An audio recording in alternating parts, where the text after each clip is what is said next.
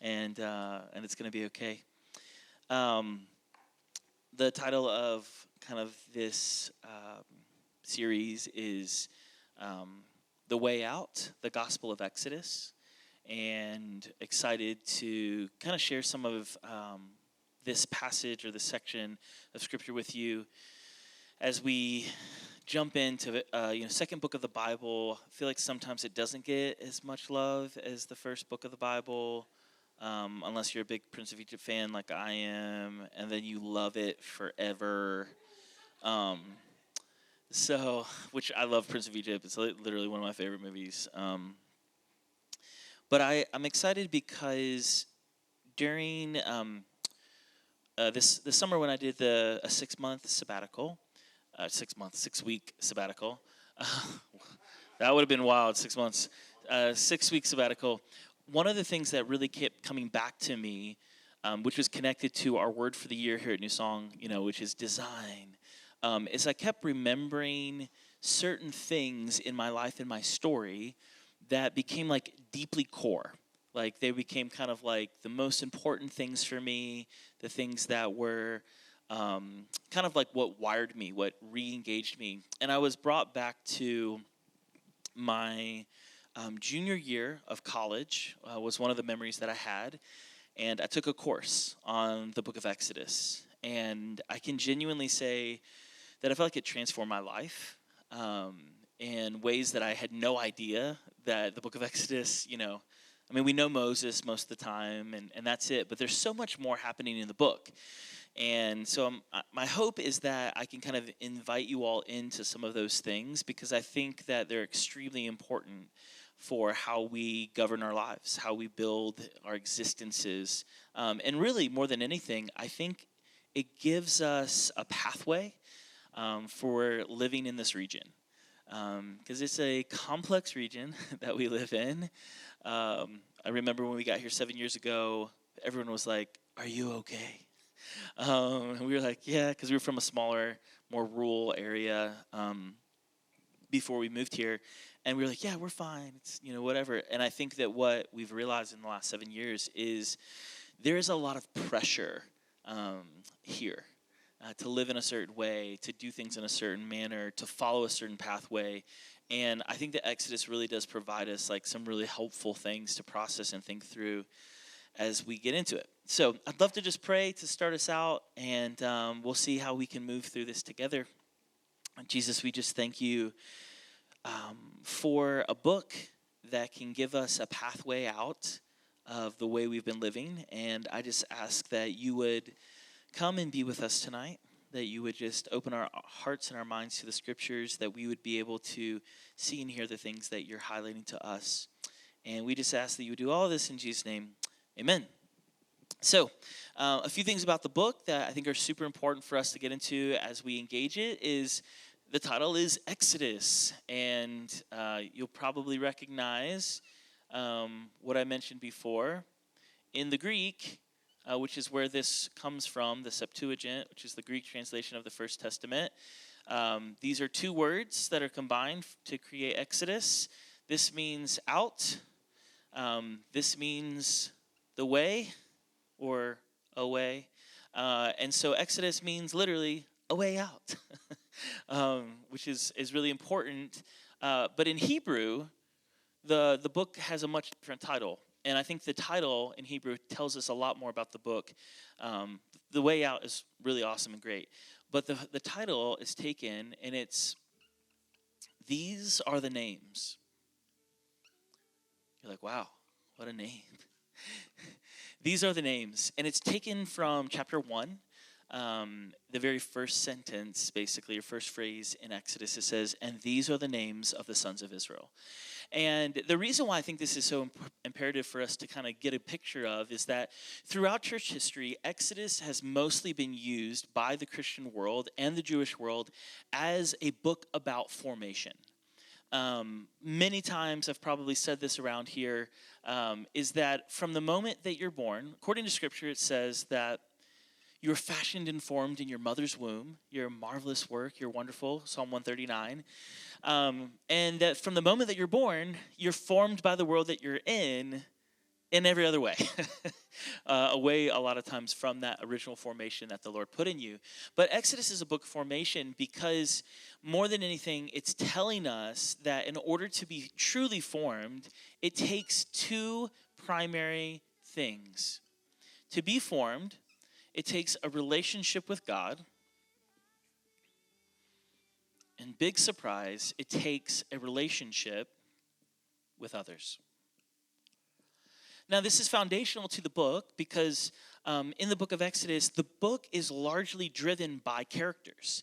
It's a highly narrative book. It also, you see things outside of narration like liturgy. You get a little bit of lament. There's a couple different pieces. But really, the book is about a formation of a relationship with God and relationship with others, which sounds a whole lot like what Jesus said is the whole point of everything, right? Love the Lord your God with your heart, your soul, your mind, and your strength, and love your neighbor as yourself. That's relationship with God, relationship with others. And so throughout the book, what you end up finding is that everything is related to these relationships. Now, you pick up Exodus coming out of Genesis, where the last story in Genesis is the story of Joseph. And the story of Joseph is that he has sons, and they are connected with the tribes of Israel. And so these 12 tribes come into Egypt as 70 people, and then 400 years later, we start the book of Exodus. So just to read a few things at the beginning to get us kind of into the world of what's happening before we dive into a few things. It says this, again, 700 years after Joseph. These are the names of the son of Israel, that is of Jacob, who moved to Egypt with their father, each with his family: Reuben, Simeon, Levi, Judah, Issachar, Zebulun, Benjamin, Dan, Naphtali, Gad, Asher. In all, Jacob had 70 descendants in Egypt, including Joseph, who was already there. So that's the 70 people. Now, I know that we're not probably thinking about this a lot, but to have 12 tribes and 70 people is already giving us some big hint pictures to the formation that's happening. Because if you fast forward into the New Testament, how many disciples are there? But then there's an additional group of disciples that come after the 12, and how many are there? 70. So we're already kind of getting some pictures of discipleship happening if you're familiar with the New Testament and the story of Jesus. And so it's interesting that already here in the book, we're seeing this formational picture that from 12, then 70, 70 to 120, etc. In the New Testament with disciples. In that time, Joseph and all of his brothers died, ending that entire generation. But their descendants, the Israelites, had many children and grandchildren. In fact, they multiplied so greatly that they became extremely powerful and filled the land. Okay? So 70 people literally became a whole nation, and they became so many and so greatly filling that space, they became powerful. Now, when you read this, one of the biggest things that I think that we need to carry over is normally when we talk about Genesis, we're like, it's a creation book, right? Because it's the creation of the world. I would love to just put into your brain that all of Exodus is full of creation theology. My pen. Creation theology, and I think we'll start to see that a lot. And basically, behind this creation theology is a couple things that I think are really important for us to grab a hold of as we go into the book. The heart of creation theology is that there is a creator. Okay, so love this. There is a creator. And this creator is not just any kind of creator. He is, and we're going to see this throughout the book, he is also a redeemer. So we have a creator-redeemer. How does he create, or what does his creation look like? He, from Genesis all the way into Exodus, is all about life, okay? So he creates life, he breathes into animals and creatures, all the life. He also is a God who blesses. And you're like, blesses? Why are we bringing that in? Well, blessing is basically the ability to acknowledge life. Affirm life. We talked about this a couple weeks ago in Sabbath. And this creator who gives life and who blesses, he's not just one who blesses, but he is a preserver of life. which is another consistent reality to him. He is also a giver of life, which is kind of implicit, but we'll add those words in. And so, in the sense of this creational theology that's this book is built upon, we have to know these things because as we interact with the book, we get a lot of life, which is what we just determined, that there was a whole lot of people from Israel living in this land. Now, in that verse in 7, where it says that they multiplied and they greatly, and they multiplied so greatly they became extremely powerful and filled the land. If you remember Genesis 1:28, what is the mandate that's put on humanity in the garden? To be fruitful and multiply. So right away, the author of Exodus is trying to get our attention to say, hey, don't miss that this is about creation. Don't miss this is about this formation of life, ultimately. Now, the tricky part is that throughout the book, we have a lot of other things that are going on. Not only is this creator in the background who's bringing life, he's bringing blessing, he's preserving, he's giving, that the people who follow him are creative people. Meaning that their whole role and identity in the world is to reveal this kind of life. Now, they get so big, so powerful, they're massive. And then it says this in verse 8, big plot change. Eventually, such dangerous language, a new king came to power in Egypt who knew nothing about Joseph or what he had done. And he said to his people, look, the people of Israel now outnumber us and are stronger than we are. We must make a plan to keep them from growing even more. If we don't, and if war breaks out, they will join our enemies and fight against us. Then they will escape from the country. So, number one, I don't think we ever think this when you think about this story, is that there are more Israelites than Egyptians. Like, when you really begin to believe in the life that God has, you quickly outnumber people who are not honoring and acknowledging life. In the midst of a creational theology about the book, this creator-redeemer, we're introduced to another character, which we just introduced. He was a king who forgot what Joseph did, and he ends up being called throughout the book Pharaoh.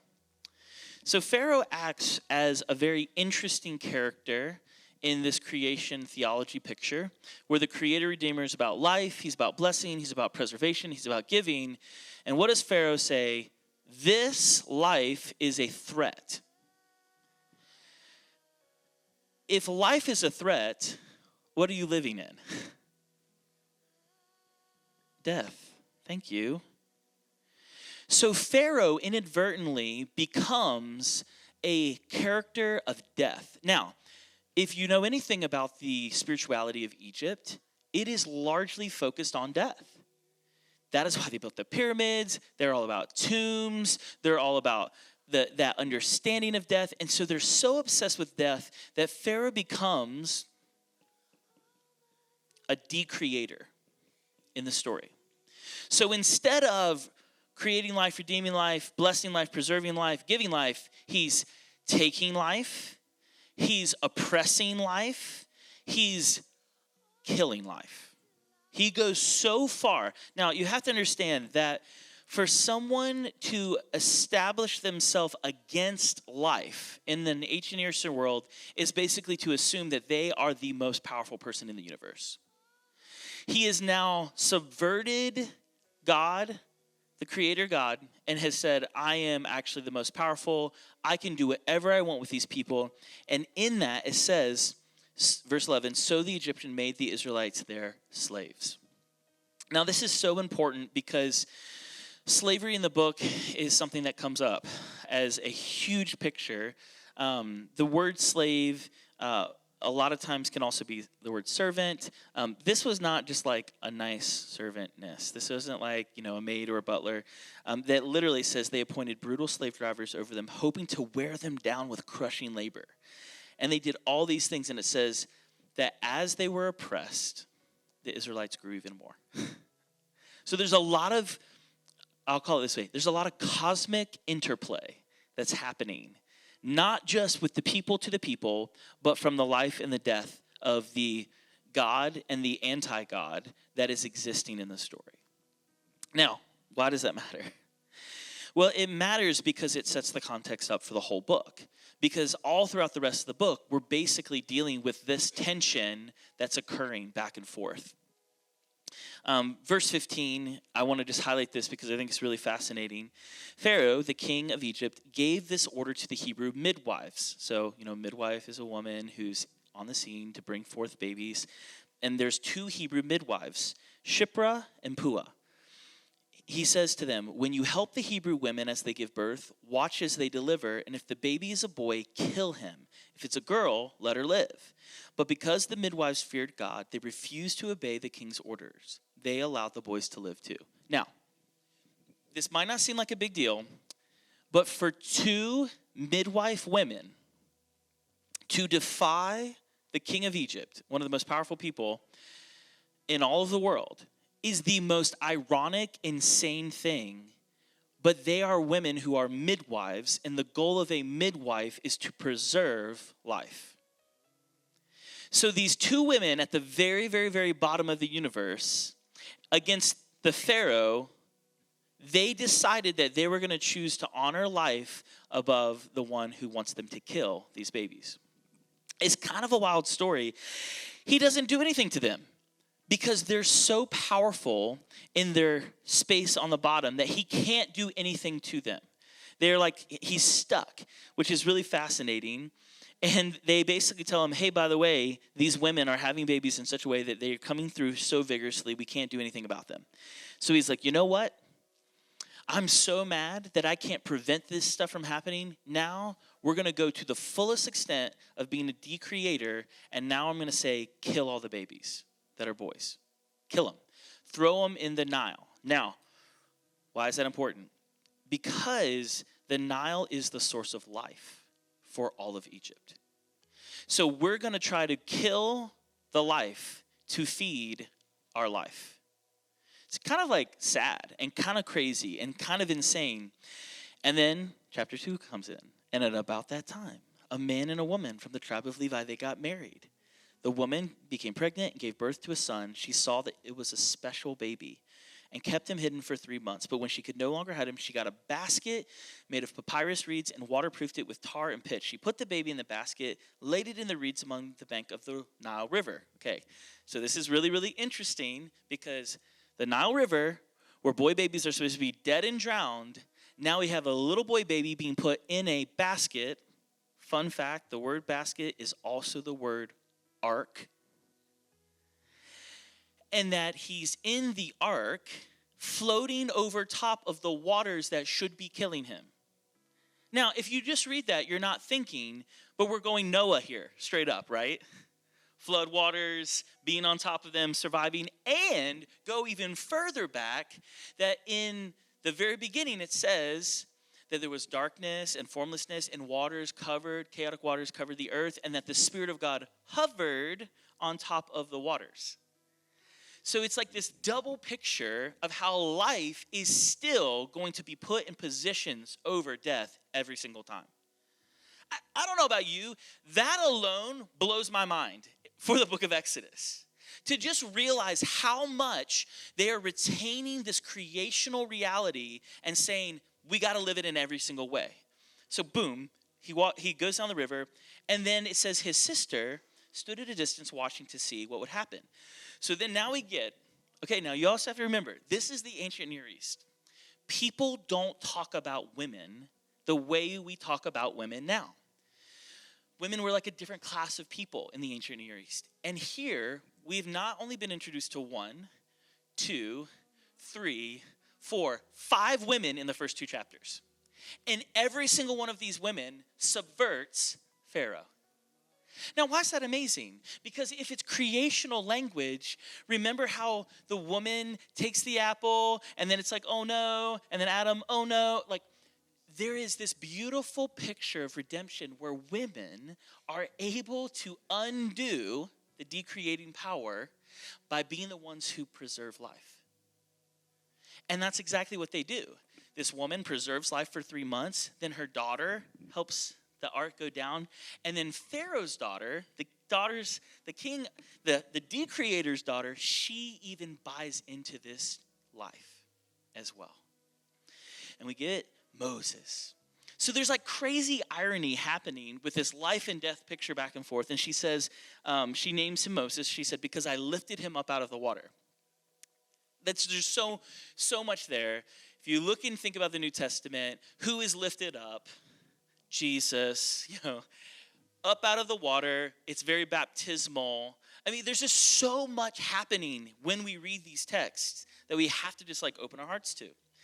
So, to go a little fast through some of these things, Moses grows up, and then Moses, without really realizing it, is basically an embodiment of this creator. And he's so passionate about life that he goes hog wild because he sees that someone is hurting his fellow Hebrews. So, he's the prince of Egypt, all these things. He ends up killing an Egyptian. Then everybody gets mad at him for killing the Egyptian. And so many times people are like, this is Moses' anger. He's such a bad guy. He shouldn't have killed people. Moses is an embodiment of the creator that says, if you take life, you lose life. Which is pretty intense. But he becomes the force that begins to act on the situation, and he really takes a position that the Creator God takes against this Pharaoh oppression, slavery regime that has been created. He ends up running away and fleeing, and he goes into a wilderness called Midian. And while he's in Midian, he ends up coming to a well. Again, more water. Note these things. And there are some men who are preventing women from getting water. So now he deals with the men. Again, there's another injustice. So now we're at multiple injustices are being dealt with concerning women, a lot of them. He removes he chases these bad shepherds away. Let me just do an excursus for a second. Shepherds. Shepherds in the ancient Near East are not nice little people with sticks with fluffy lambs. Shepherds of the ancient Near East are pretty much consistent with tribal leaders or kings. What does Pharaoh hold in his hand? He's got a little shepherd's crook because it is an ancient Near Eastern sign of royalty. That changes everything. That Moses comes on the scene and he chases these shepherds away, these bad kings away who are preventing women from getting water, which is life. And he has come in to save them, rescue them, deliver them, and in the process he becomes a shepherd. Because that's the next part of the story. That he becomes a shepherd because he ends up meeting the girl's dad, which interestingly, his name is Ruel, and that means friend of God. So you get all of these things happening in just the very first chapters of the book that I hope your brains are already kind of exploding whoa, there's more happening in this book than I ever could have realized. And it's beautiful because I think that it's inviting us into the story of beginning to ask ourselves, how often are we in spaces that are not preserving, engaging, loving, blessing life? Could we possibly be Pharaohic in our actions? Or, alternatively, could we be those who bless and preserve and give life as often as we can? And if we do that, then maybe, just maybe, we'll be positioned in places where we can bring that life to others, which is what's happening with Moses. So he ends up marrying Ruel's daughter, Zipporah. Again, women are just prominent. This is so not normal in most ancient Near Eastern cultures, but in Judaism it is. And she gives birth to a son. So again, he is now fruitful and multiplying because he has a son. Also interesting is that he has a son with a woman who would be considered an outsider because she's not of the Israelite faith, revealing that this plan to create and redeem everything is not just for one people group, it's for the nations. It's for all the nations. And we know this because that's God's promise to Abraham in Genesis chapter 12, is that it's for the whole nation. So this redemption creation experience that Moses is living in is expanding to these Midianite people, which is beautiful and powerful. 23, verse 23 of chapter 2. Years passed and the king of Egypt died. So bad king before, he dies. Great. But the Israelites continued to groan out under their burden of slavery. They cried out for help, and their cry rose up to God. God heard their groaning. He remembered his covenant promise to Abraham, Isaac, and Jacob. He looked down on the people of Israel, and he knew it was time to act. Now, I just think that this is such an interesting picture for us to engage and think about, because we're talking about this beautiful creation theology of God being revealed as a creator through the book. And I think that we get a really beautiful picture right away, is that he, the creator, hears the cry. Now, who normally hears the cry of children? Moms, dads. So now that we have this whole picture of God revealing to himself, not only is he the creator, but now he's taking ownership of these people who are supposed to be perpetuating life. There's four verbs used there. He heard, remembered, saw, and he knew. And this gives us a big clue about this creator God that's being revealed in this passage. First is that he heard. The word heard here actually means to hear and respond. So it's not just like, oh, I heard you. And listen, this is part of our formation. Because if you live under Pharaoh, you're like, oh, sure, he hears me whining, but he's not going to respond. The creator hears and responds. So powerful.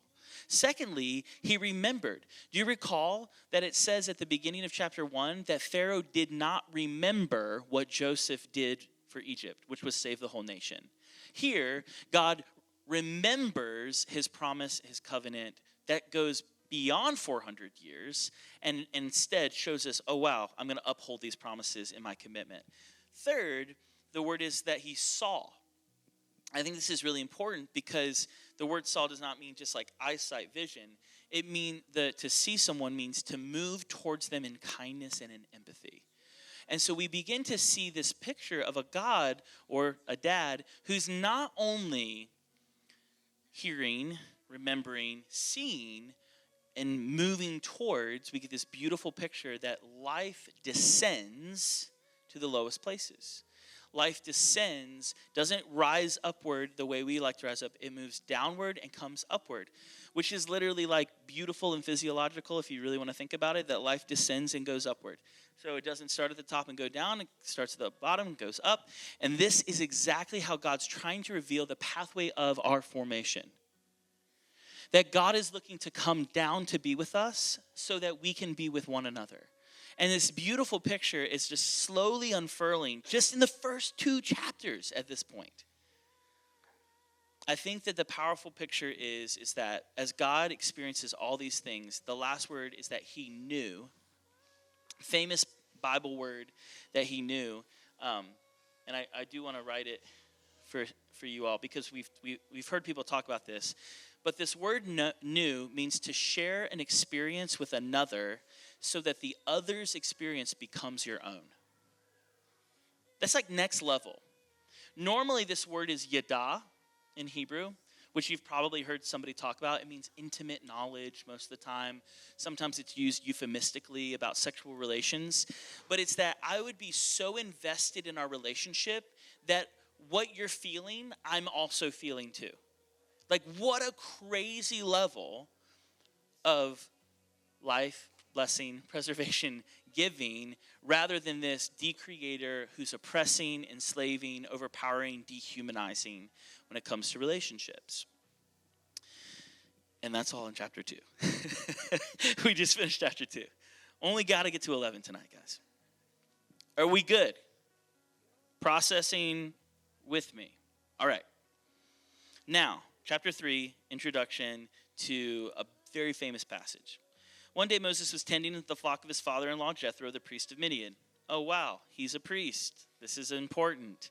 He's a shepherd. This is important. All of these things are important to remind us that Moses is not a priest. Moses is not a prophet, but he is a man who married into a family that's full of priests and are shepherds. He led his flock far into the wilderness and came to Horeb. And Horeb just means wasteland, so it's kind of like a bummer. The mountain of God.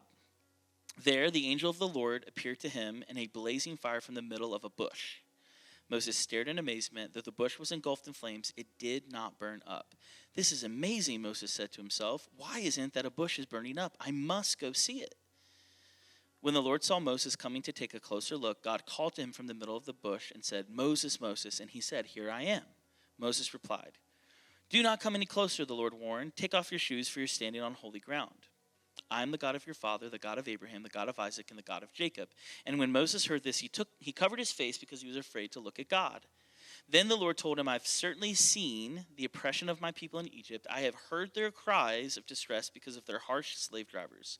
Yes, I'm aware of their suffering. So I have come down to rescue them from the power of the Egyptians and lead them out of Egypt into their own fertile and spacious land. So, what we get here is this moment where not only is our Creator God doing all these things of hearing and remembering and responding, he has now entered the space of the earth. Now, I think we've talked about this at some juncture before, but the way the people in this time period think about things is that earth is down here, heaven is up here. The Garden of Eden was a crossover place. But now we know that, the angels are guarding everyone from that Eden place. So then the next best thing is any other mountaintop. And it's as close to heaven as you can possibly be. Because they're not thinking the way we think about spirituality. They're thinking very practically. Like, as high as you can get is like as close to the heavens as you can get. And so here we have this moment where Moses is on the back. Actually, if you read some translations, it says that he's on the back side of a mountain. He sees a bush, and it's on fire. And in this place, God has come to be in his presence. Now, it's interesting because he clearly knows the history, because once he realizes who he's dealing with, he covers his face. Why? Because in their mind, to experience the presence of it, the life of all life, it means that you probably won't make it because you don't have enough life in you to maintain yourself in that space. And yet God, in his kindness and his preservation and blessing of life and giving of life, he decides all you have to do is acknowledge me as this, and you'll be okay. This is massive in the ancient Near East. Like, they've never had gods do stuff like this. They've never had anybody come down to them in the level that they're in, especially 700 years later, and say, hey, we want to join you in this process and in this moment. And that's exactly what God does here. It's really beautiful because what you begin to see throughout the next few chapters is you find that Moses and the Lord are not just seeing each other, acknowledge each other, and that's it. There is a pure dialogue that's happening. Now, that's just not something that happens a lot in the stories of Scripture, that people don't just dialogue with God the way we do.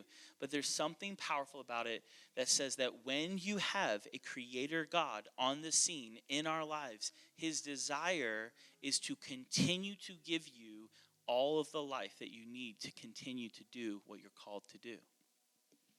And so we get the calling of Moses, who's asked to be basically a messenger of the word of the Lord, to be sent as a servant to Egypt to tell the people they are to be let go. Now, a couple of things that I just want to highlight in this, because I think it's really fascinating. One of the biggest things is verse 12. It says, And God answered, I will be with you, and this is your sign that I'm the one who has sent you. When you've brought the people out of Egypt, you will worship God at this very mountain. Now, like I said, the book is formational in emphasis. So many times in our lives, when we live under pharaohs, all we're doing is looking for freedom. So in any relationship that you're interacting with and people are acting like Pharaoh and they're sucking life and taking life and not preserving life and not giving life, we're looking for freedom. The problem is that most of the time we're only looking for freedom from something. Our formation in Exodus is there is a freedom to something. And what is the freedom to? Worship. Now, this is not a normal word for worship. It's not like what we do on Sunday mornings when we come in and we sing songs to Jesus. This kind of worship can also be translated as work. It can also be translated as serve. Now remember, they're getting freed from unjust service and freed to a different kind of service.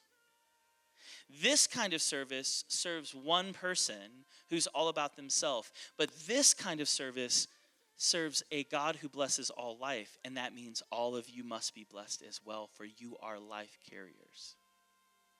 It blows all of the mindset of what my formation looks like. And in this region, most of us are still trying to get freedom from our jobs, freedom from our debt, freedom from our families, freedom from some of our friends. But what about the freedom to something? Will we come into the place where we'll find the worship of the Creator who is honoring life at all costs? You can determine where your formation is at if you can see the level of freedom that you have to serve someone else. Pharaoh says, you serve me and me alone. This kind of service says we serve everyone who has life. It's a different kind of way. It's such a crazy picture for us to process, because I think that a huge way out for us in this season is to not just try to love God and that's it, because that's part of it, and to get this creator, life giver thing, but it's also to love God so well that I am choosing to love others, because this is a God who hears and remembers and sees and knows me. And that is my same mandate. That everything in my life should be to see and hear and know and bring life to those people. And that's what Moses is signing up for. It's really wild to me because I think that for many of us, we are still neglecting how when we're coming into our relationship with God, that it is purely passive. Freedom from something, living under a decreator, is a passive life. Freedom to worship and serve is an active, participatory life. If you live under death, there's no need to perpetuate life. Just die. It's done. It's over. And you don't have to participate in death. It just happens. But to live in life, you have to participate in it. No passivity is allowed. And so Moses demonstrates in this passage that as we're interacting with the Lord, as we're interacting with the God of life, we become people who are not passive in our nature. Ooh, I know. I can feel it in the room. We're so passive that we won't disagree. We're so passive in our lives that we will not argue with someone. We're so passive in our existence that we will not challenge someone. Even if life is on the line. What happens when I no longer think of my life as just being a passive victim to a decreating system? What happens if I can come up out of that decreating system, come into the creational reality of the creator God, and now I'm going to say, hey, you know what? I see that lack of life over there, and we're not going to do that. We're not going to live that way. And you begin to participate with the God who's preserving life by your challenge, your argument. Moses demonstrates this in this passage because if you read through chapter 3 and into 4, he literally argues with God. He challenges God. I mean, he is the furthest thing. He disagrees with God constantly. And that's the point. Your formation happens in the working out of relationship. That there is so much necessity of God coming to you. Now listen, remember, he's moving towards you to feel and experience your suffering and your difficulty. But at the same time, if you're not entangling yourself and engaging with him on every single thing, like Pastor Alvin preached on Sunday, that you're not inviting him into the things that you're doing or not doing, you might just be giving in to a death center. And you might not be finding the life that you're looking for. When people say something like, I hate my job, I'm like, you're clearly not contending for life. There's a life to be had. Why? Because the creator of the universe has put all of this into place so life would be had. The trees grow, they're lively. People grow, they're lively. Everything in his fashion lives and doesn't die. What a challenge to us to acknowledge that there is an adaptive, participatory relationship with God that we are being invited into. This is not a God who is so just sovereign that he just sleeps on us. Oh, come on. He's not passive in his relationship with us. He doesn't just sit up on the throne and do nothing. No. That's a God who vacates. This is a creator God who says, I hear you and I'm coming to you. I'm going to come as far down as I possibly can, as far away as you possibly could be. Because if you think about it in their world and their mind, to be from Israel and to be all the way down in Egypt is pretty dang far away from where they're supposed to be. And God doesn't care. He's like, I'll go all the way down there. Go down to the Horn of South Africa. I'll go down there. I will go as far as I need to go to ensure that life will be had. I don't know about you, but this book begins to reek of the New Testament. In the first couple of chapters of John, now it's big spoiler alert, but John uses Exodus as literally a direct repository for all of the words that he uses in the Gospel of John. So when the word becomes flesh and dwells among us, there's a whole lot of Exodus language happening there, which is rad, when it's all about this and not about just death. This is why our salvation cannot just be about escaping from death. That would only be to be free from something and not free to something. Our formation is failing because we are not being formed in our relationship with God and others because we're still living in the mindset of death instead of the mindset of life. And Exodus evokes this in our hearts to say, are we really about relationship? Would we be afraid to stand up to the most powerful man in the world because we fear God? Like Shiphrah and Puah? Would we be willing to be a little girl like Miriam to go up to the Pharaoh's daughter and say, oh, hey, by the way, we can save this little boy. I know some Hebrew women who can nurse him. Like, this is crazy to live this life oriented. But I fear that we have just become so drunk on the oppression of the death that we're in, the slavery that we're in, and we're thinking that if we could just get freed from it, that'll be enough. If I can just get a couple of days off, that'll be enough. If I can just sleep in on a Saturday, that will be enough. If I can just make a certain amount of money, then I don't have to worry anymore. And unintentionally, we've come under the decreator, which only leads to decreation. And in this, we become less human.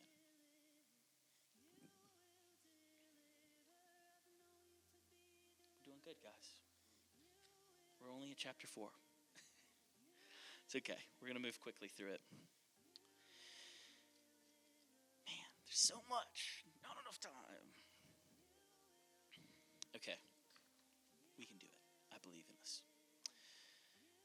Chapter 3 tells him to take his shoes off. It's holy ground. He then later says, the Holy One is in your midst. Okay? So, holiness is such a scary thing in this day and age. Because if you are not holy and you're in the presence of a Holy One, the Holy One will consume you. Holiness consumes everything else.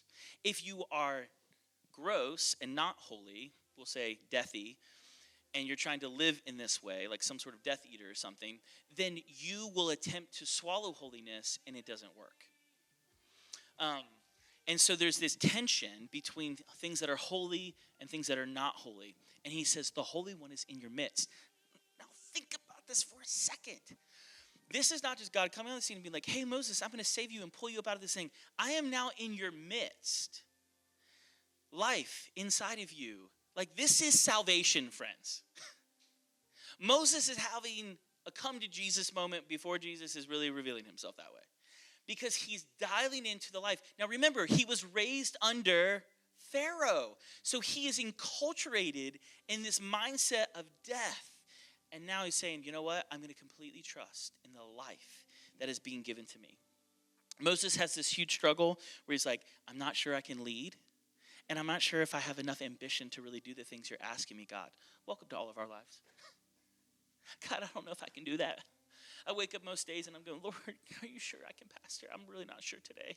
Some days it's better than others. This morning was not one of those days. I was like, Lord, are you sure you called me to do this thing?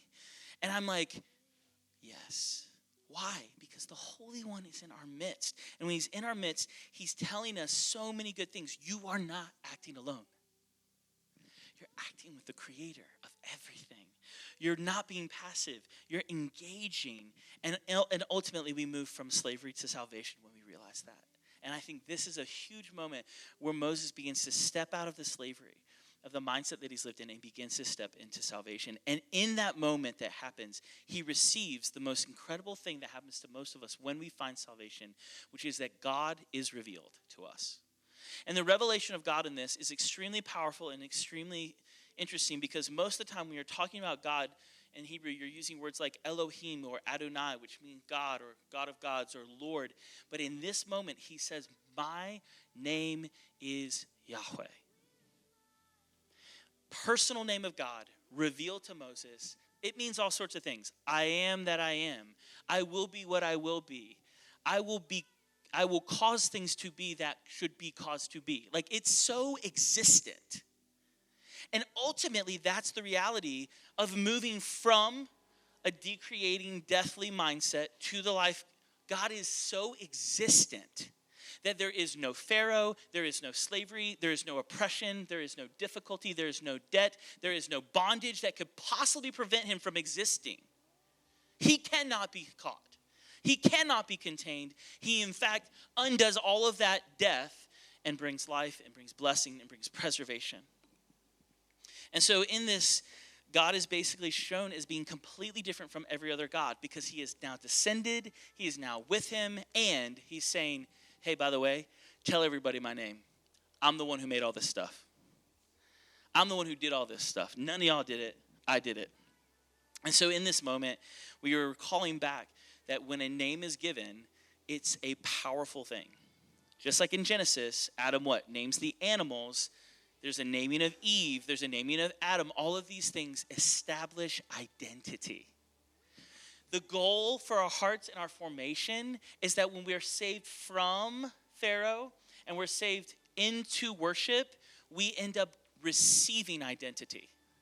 And our identity is to be creative people who have a relationship with God and have a relationship with others. And this is Exodus again and again and again. Bunch of other good stuff happens.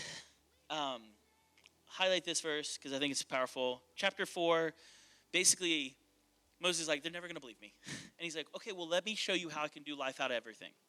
So number one, let me take an inanimate object like a staff and you throw it on the ground. It's going to turn into a snake. Cool. Like, that's pretty rad. That's a God who can bring life from dead things. The other crazy thing is that he then says, take your hand, put it in your jacket. So now he's taking a living thing and putting it in his jacket and revealing leprosy or boils on his hand when he comes out, which would be a deathly thing. So not only is he revealing that he is the God who can create things from nothing, he's also revealing that he is the God who can take things that are alive and make them unclean and dead. That's pretty powerful. He's superseding this whole picture at another level by saying, Moses, hey, do these things. Oh, and he says, by the way, when you return to Egypt, tell them they're my firstborn son. Why? Because he's a dad. And his freedom from Pharaoh, who's trying to kill all of the sons and daughters, is restored in a God who's the Father, who wants you to be free to worship him as sons and daughters who have a relationship with God and with your brothers and sisters. Wild, beautiful, incredible things. All right. Chapter 5, Moses and Aaron, they go speak to Pharaoh. Basically, the Lord's like, hey, listen, you're going to go talk to him, and he's going to be so deathly a punk that he is going to get, oh, here we go. No one's going to like this. His biggest quality is that he's stubborn. He's stubborn. Might I posit to you tonight that the identification, if you are living under the decreative, deathly reality, is that you are stubborn on a regular basis. Because stubbornness is the antithesis of receptivity. And life is to be received, not refused. Whew. I don't know, y'all ain't ready for that. It's okay. I saw you all slept. It's wild to me because in this passage, what we begin to see is Pharaoh's consistent stubbornness comes up again and again and again. And the Lord's like, you know what? I'm just going to have to remind you, Moses, to keep being creational and how you're doing this thing, because it's so hard when you're dealing with stubborn people, amen? Because they are just so unreceptive. They just sit there with death on their face the whole time, and there's no life to be had or received. And in this moment, God's like, all right, chapter 6, I'm going to come back to you, and I'm going to highlight to you what I'm going to do, because you keep forgetting, because Pharaoh's face is stuck against you. Therefore, say to the people of Israel, I am the Lord. I will free you from the oppression and will rescue you from your slavery in Egypt. I will redeem you with a powerful arm and great acts of judgment. I will claim you to be my own people, and I will be your God. And then you will know that I am the Lord your God, who has freed you from the oppression of Egypt. I will bring you into the land that I swore to give to Abraham, Isaac, and Jacob. I will give it to you as your very own possession. I am the Lord. And that's the gospel of Exodus. Again and again and again, over and over and over again, chapter 6, 2 through 8, the covenant is established where God's like, I'm going to uphold my life at all costs. This is not going to just be life in one way. This is going to be life spiritually. This is going to be life socially. Are you ready for this one? This is going to be life to you politically. Why? Because Pharaoh is an alternative king to the king of all things. That's a political issue. That there is death in life. And I'm not saying that because we're in politics season right now, for the record. I'm really not. I'm just trying to highlight that the life that you're looking for is in every area. It's holistic. You don't just get freed from a little bit of sin over here in your spiritual life and it's not doing anything in your relationships with others. Hello. If your life isn't coming out with your family, if your life isn't coming out in your friends, then you're still living under Pharaoh and all the death. And you're oppressing, and you're victimizing people, and you're dehumanizing them with your stubbornness. And the invitation for our formation is to say, but it doesn't have to be that way. I can be free to worship and work and serve life. Because when I worship and work and serve life, it only begets more life. What a good deal for us. It's sweet. Chapter 7 through 11. Okay, we're almost done. You guys good? Okay, a little spicy tonight. Not too bad. In this creational theology that's happening throughout the whole book of Exodus, in the ancient Near Eastern world, it's not just life. It begins to extend itself so that there is a just ordering of all of society. Oh, come on. This ordering of society is then expanded and preserved by a little word called law. Okay? And in the ancient Near Eastern mindset, when the laws are reflecting the Creator, it brings a relationship restoration back to everything in the world. Okay?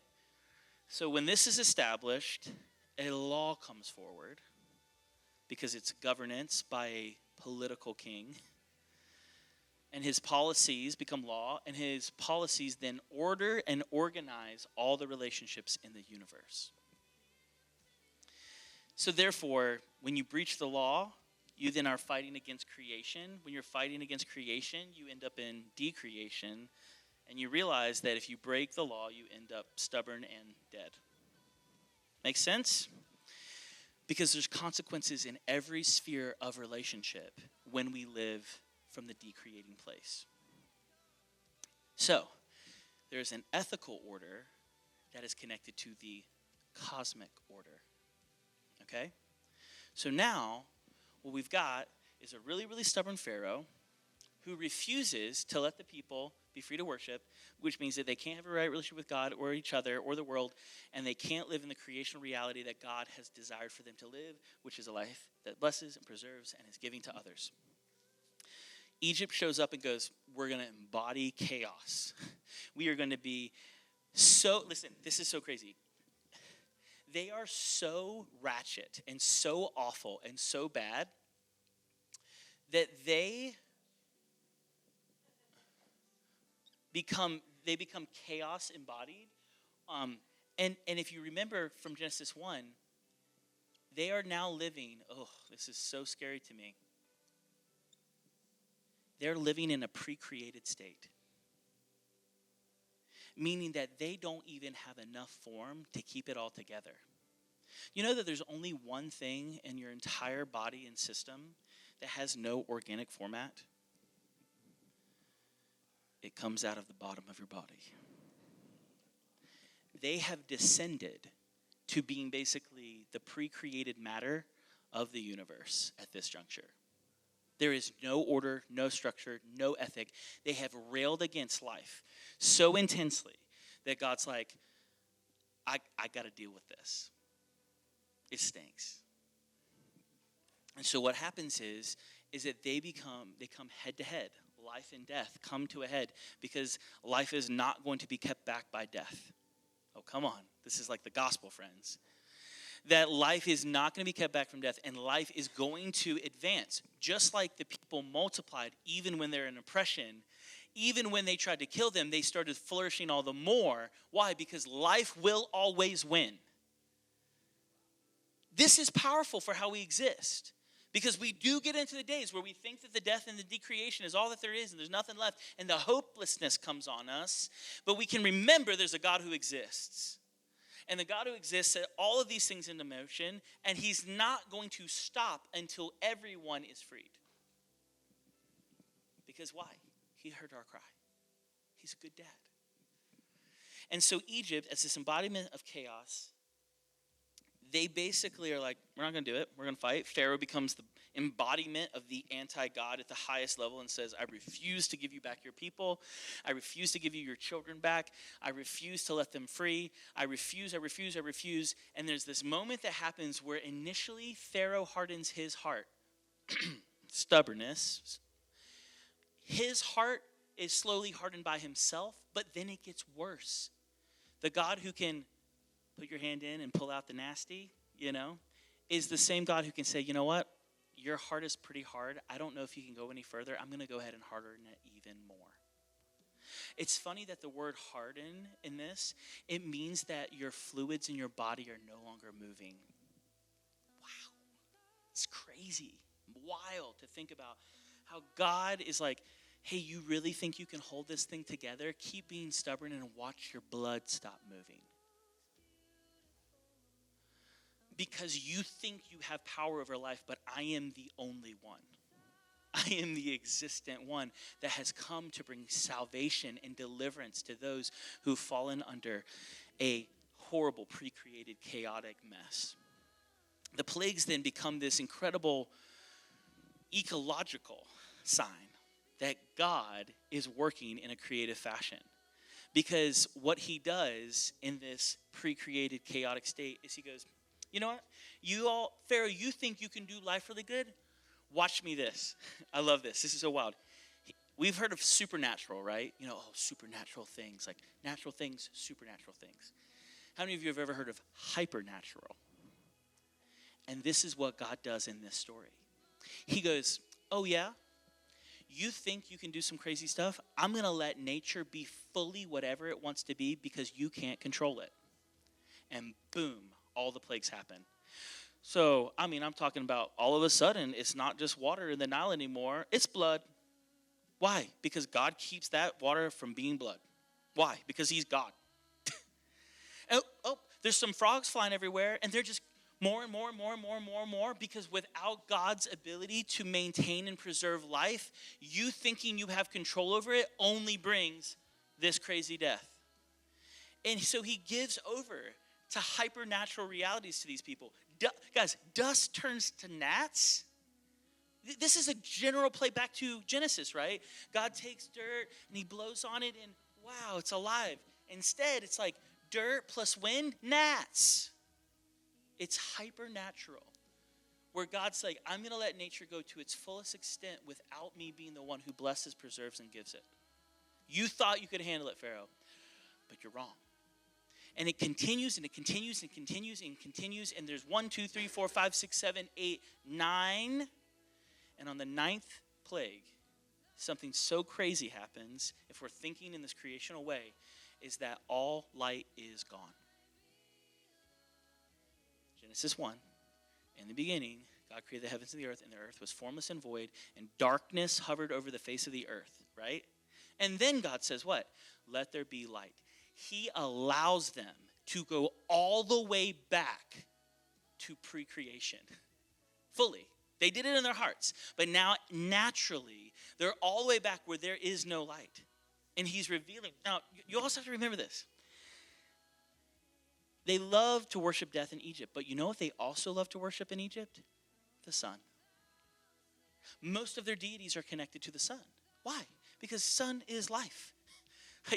And so they have now completely had all of the ways that they think that they can run in order and micromanage their life in their ethics and their relationships. They think all of that is gone.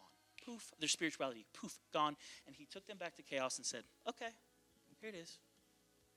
And then the final blow, the very last plague, which sounds very brutal and ruthless and horrible, is that there was a great cry in Egypt because all of the Egyptian boys, firstborn, were killed. Why? Because the Lord said the hypervigilance. Pharaoh, you said you wanted all the firstborn sons dead in Israel. I'm now going to make it hypervigilant, and I'm going to make it every single firstborn. And we read it, right? It's not just children. There's animals that die and all sorts of horrific things, because it's all connected to Pharaoh thinking in his stubbornness that he is the one who can control life and death, and he can't. It's also really interesting, and just so that you can hear this, because I know that it seems brutal and harsh from our God, but he did give him a lot of chances, number one. Number two, there is actually a Jewish perspective on this passage that says after the great cry went up in Egypt, that the Lord went into the wilderness and sobbed uncontrollably. And they said, Lord, why are you sobbing? And he said, I am sobbing for the life of my children. Revealing that there is this beautiful picture of God that is not harsh and mean and ruthless, who's living this way, but he is not going to allow for death to prevail. And therefore, he must restart sometimes everything to get it back to the way that it's supposed to be. So in that moment, we basically get that God is so powerful that there is nothing that can come against him. And next week, when we come back together, we are going to talk about a little thing called the Passover in chapter 12, and we're going to talk about what their life then looks like now that we begin to see Pharaoh's defeat, the death's defeat, and what needs to happen in the realm of creation so that they can not just be free from Pharaoh and from Egypt, but free to worship. All right? Relationships are the key to all of the book of Exodus. Don't forget the creational picture. If you want to go ahead and read ahead, you can read from 12. We're going to get all the way to I forgot now. I'll have them text it out. How about that? And we'll keep going. Have a great night. Love you guys.